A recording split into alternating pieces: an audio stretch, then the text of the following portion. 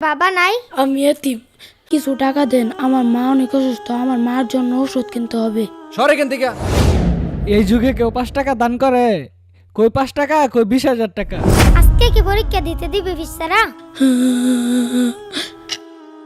আমার বাবার কাছে ওটা টাকা নেই। বের হয়ে যাও, পরীক্ষার ফি দিয়ে তারপর পরীক্ষা দিবে। স্যার আসসালামু আলাইকুম। ওয়ালাইকুম আসসালাম।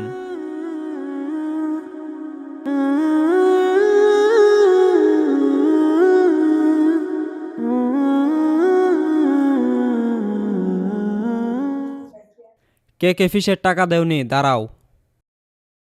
কি সমস্যা? পরীক্ষার ফি দেওনি কেন? স্যার আমি আব্বাকে বলছিলাম ফিসের টাকার কথা, আব্বা বলছে কালকে দিবে।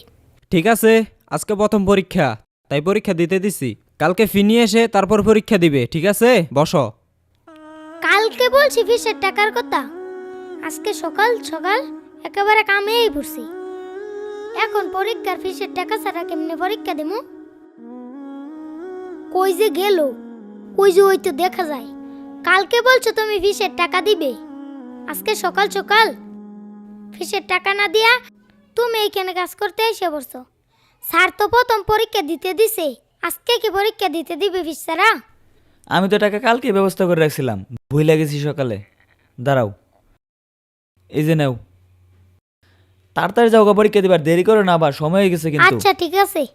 ভাই কিছু টাকা দেন, আমার মা অনেক অসুস্থ, আমার মার জন্য ওষুধ কিনতে হবে, আমার বাবা নেই। টাকা তুলে ধান্দা করিস তাই না? সরে কেন থেকে।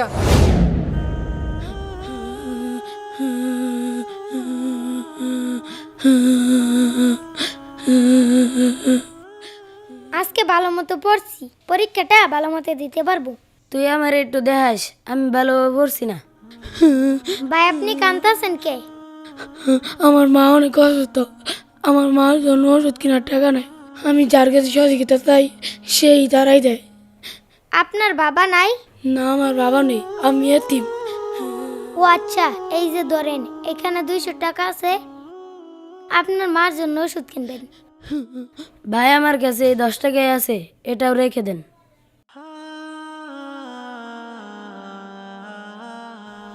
এ হামজালা, তুই যে তোর পরীক্ষার ফিসের টাকাটা দান করে দিলি, স্যার তো তোরে মনে হয় আজকে পরীক্ষা দিতে দিবে না। প্রথম পরীক্ষা তো দিতে দিছিল।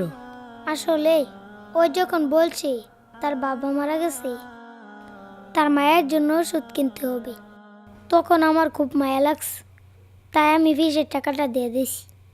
জানি না এখন কি হবে, আমার বাবার কাছে ওটা টাকা নেই। চল, দেরি হয়ে যাচ্ছে।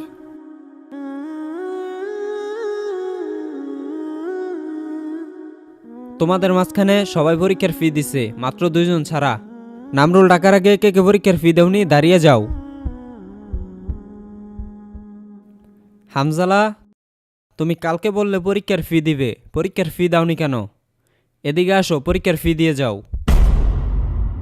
কি ব্যাপার হামজালা, তুমি বললে আজকে পরীক্ষার ফি দিবে, তোমার আব্বু আজকে টাকা দিবে? তোমার আব্বু কি বাসা থেকে টাকা দেয় নাই? স্যার, ওর আব্বু বাসা থেকে টাকা দিছিল। বাসা থেকে টাকা দিছে তো টাকা কি করছে? খেয়ে ফেলছে? ও, এই বয়সে বদমাইশি শিখে গেছে। বের হয়ে যাও, পরীক্ষার ফি দিয়ে তারপর পরীক্ষা দিবে।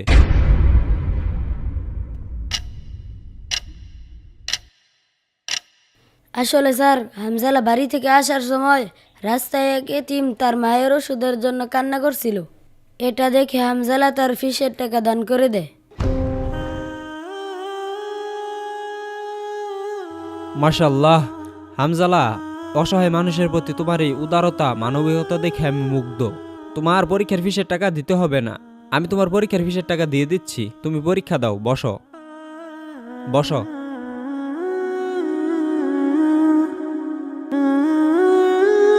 দোতলার কাজটা সম্পূর্ণ হয়ে গেলে মুসল্লিরা ভালোভাবে নামাজ পড়তে পারবে। হ্যাঁ। আসসালামু আলাইকুম। ওয়ালাইকুম আসসালাম। ভাই, আপনি তো জানেন আমাদের মহল্লার যে বড় মসজিদটা, এই মসজিদের কাজ চলতেছে।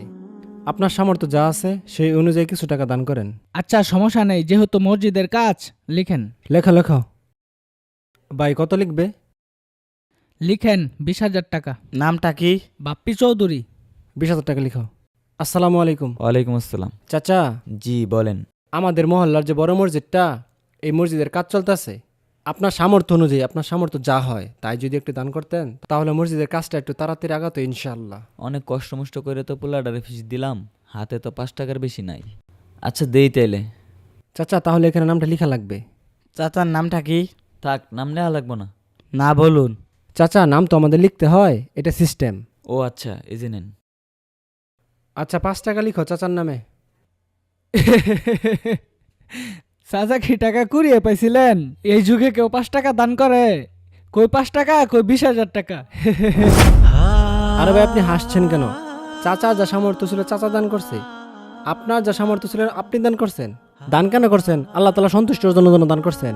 এখন যদি আপনি চাচার দানের পরিমাণ দেখে হাসেন আর আল্লাহ তালা যদি নারাজ হয়ে যায়, 20,000 টাকা কেন, লাখ টাকা দান করলেও কোনো কাজে আসবে না।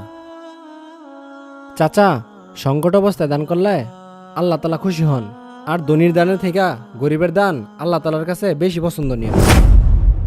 দান ইখলাসের উপর করতে হয়, সেটা 1 টাকা হোক, 2 টাকা হোক, 10 টাকা হোক, 1 লক্ষ টাকা হোক। কবুল হলে আল্লাহ তালার কাছে 1 টাকায় যথেষ্ট।